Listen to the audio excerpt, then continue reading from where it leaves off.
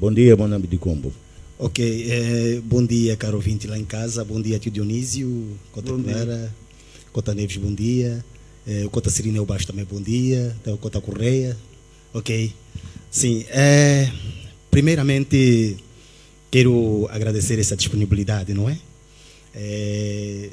De hoje, então, ter a oportunidade de falar acerca, e já tenho dito desta gramática aqui, mas hoje vamos ser um pouco mais abrangente. Exatamente.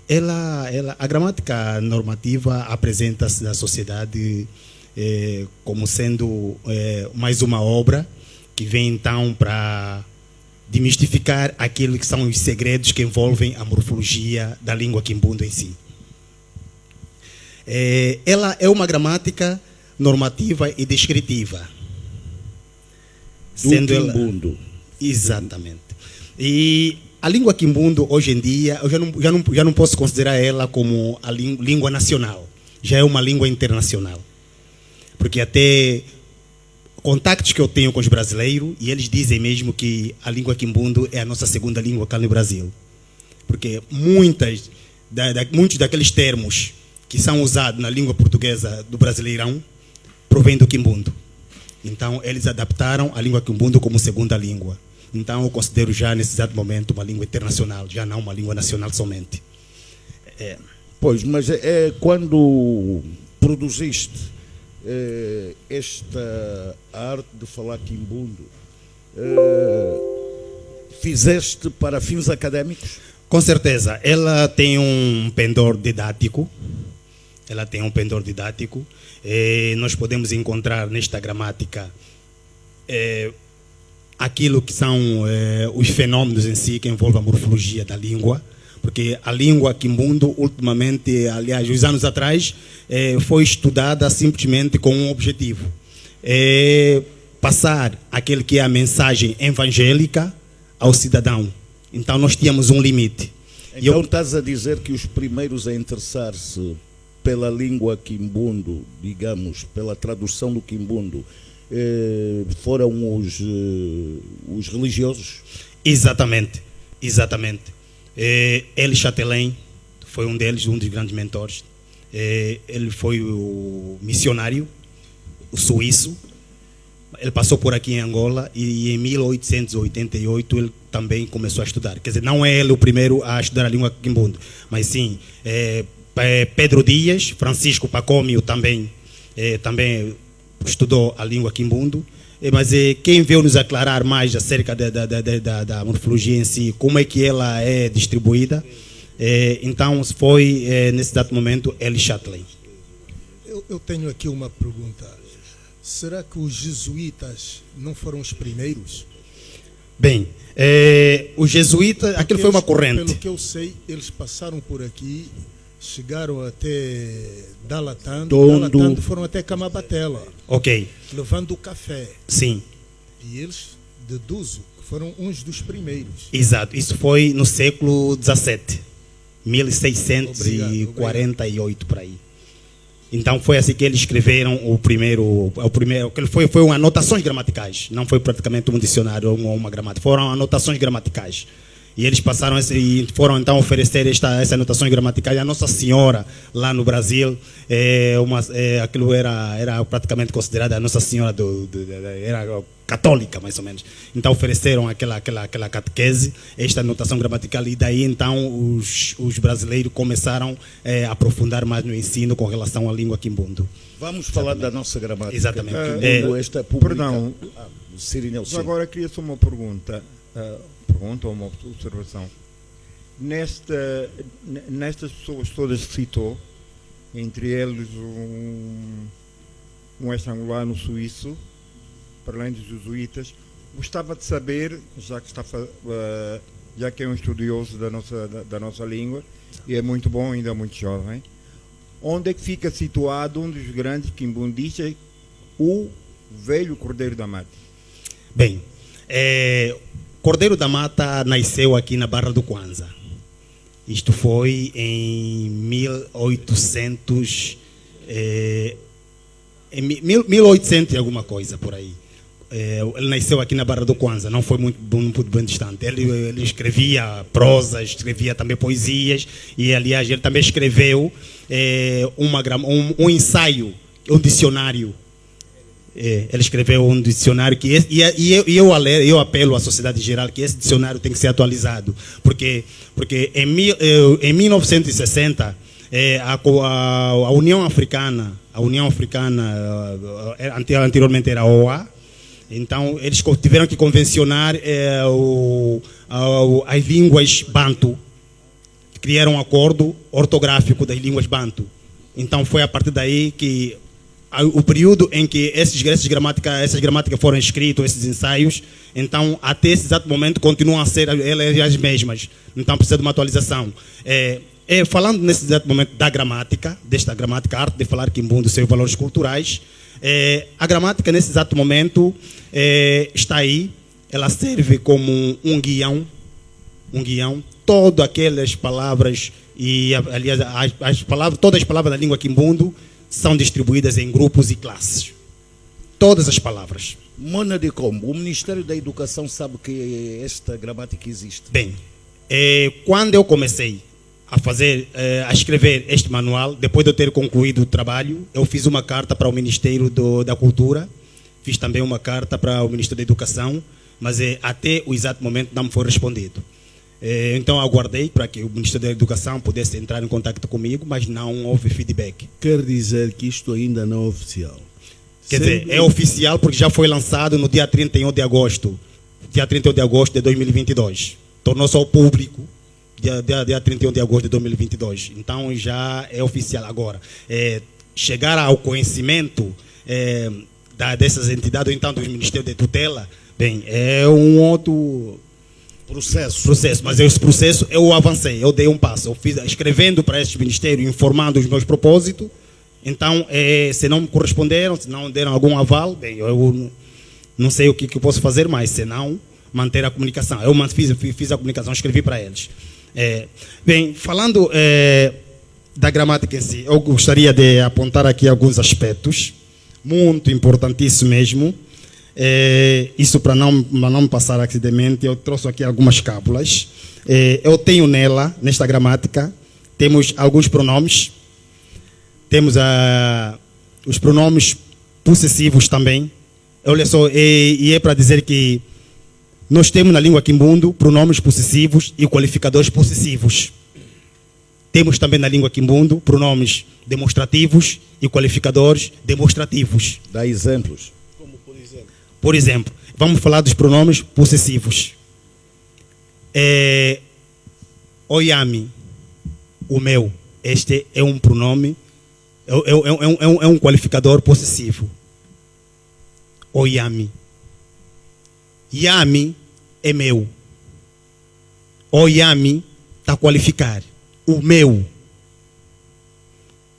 Yami, meu.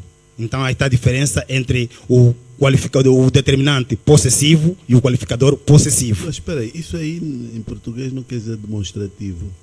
Não. Meu. Meu. O meu. O meu. E o meu. Exatamente. Oyami. Oyami, o meu. O meu. Yami, meu. Possessivo. Podes continuar, faz favor. Exatamente. Falando então dos pronomes demonstrativos. Yi, esse. Oi, aquele.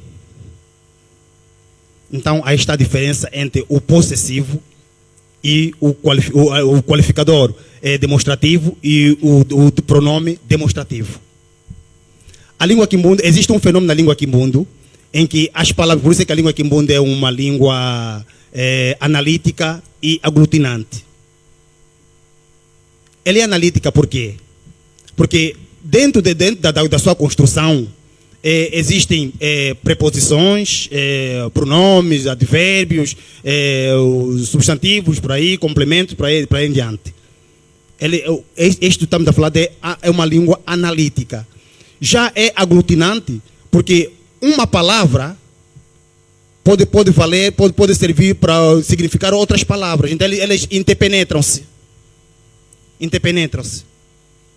Então é ali que se diz que existe aquele termo que diz que existem os pronomes, existem as palavras, a anfibologia no processo da língua quimbundo.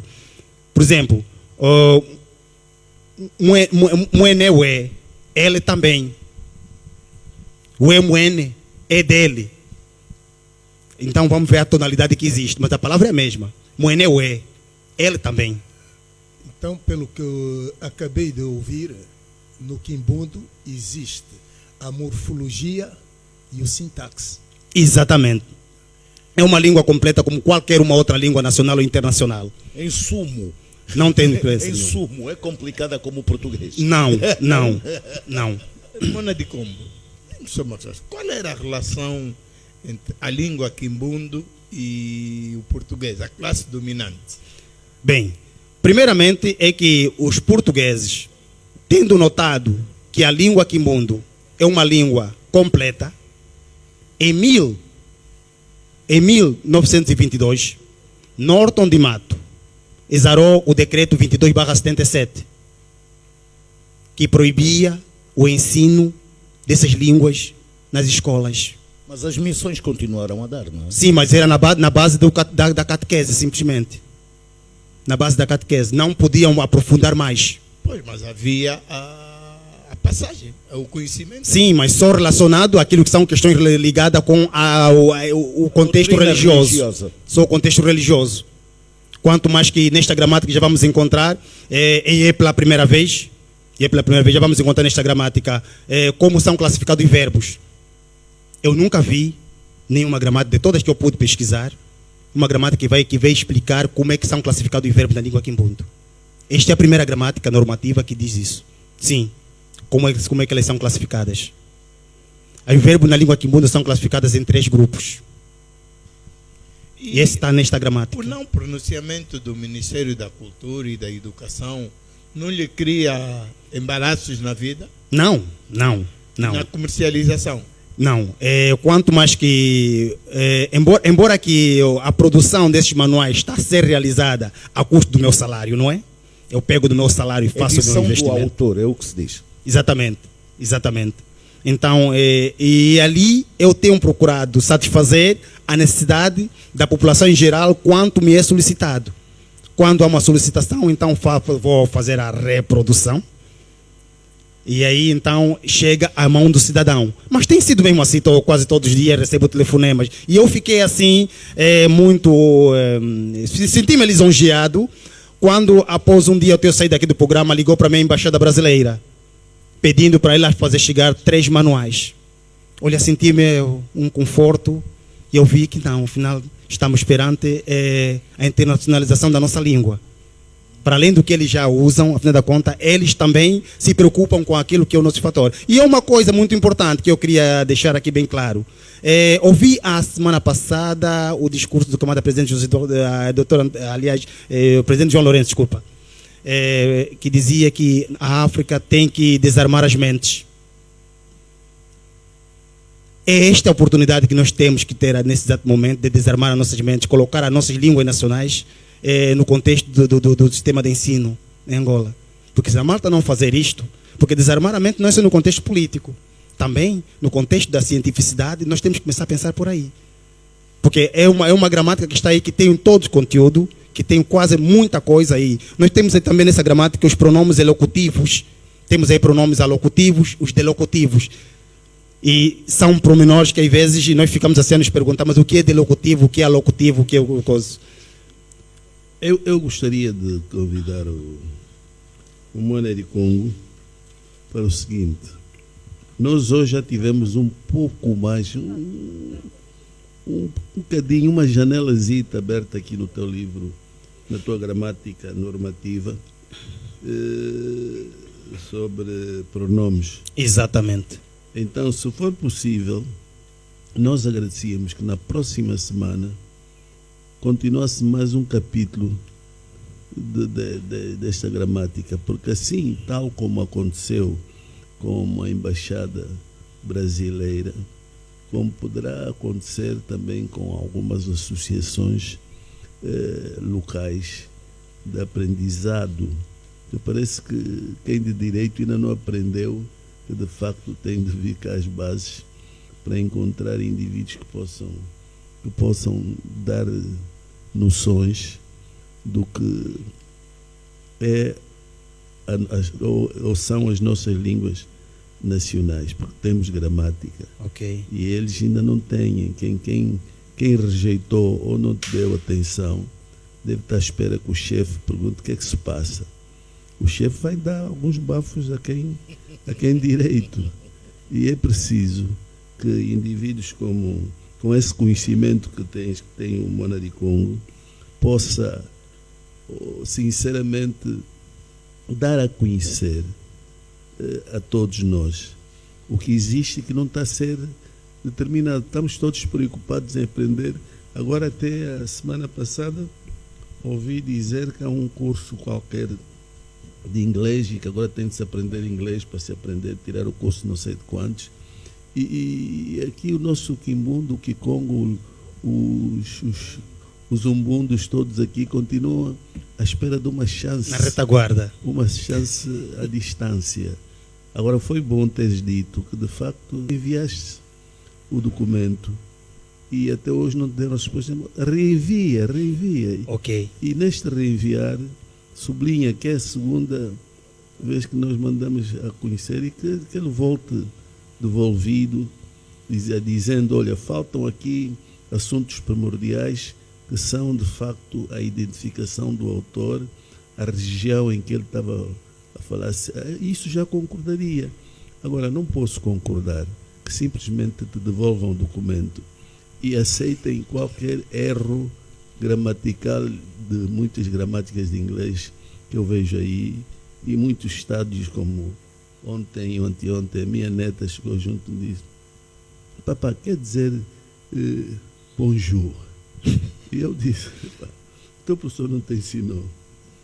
Olha, vai dizendo sempre bom dia e depois um dia vai saber o que é bonjour.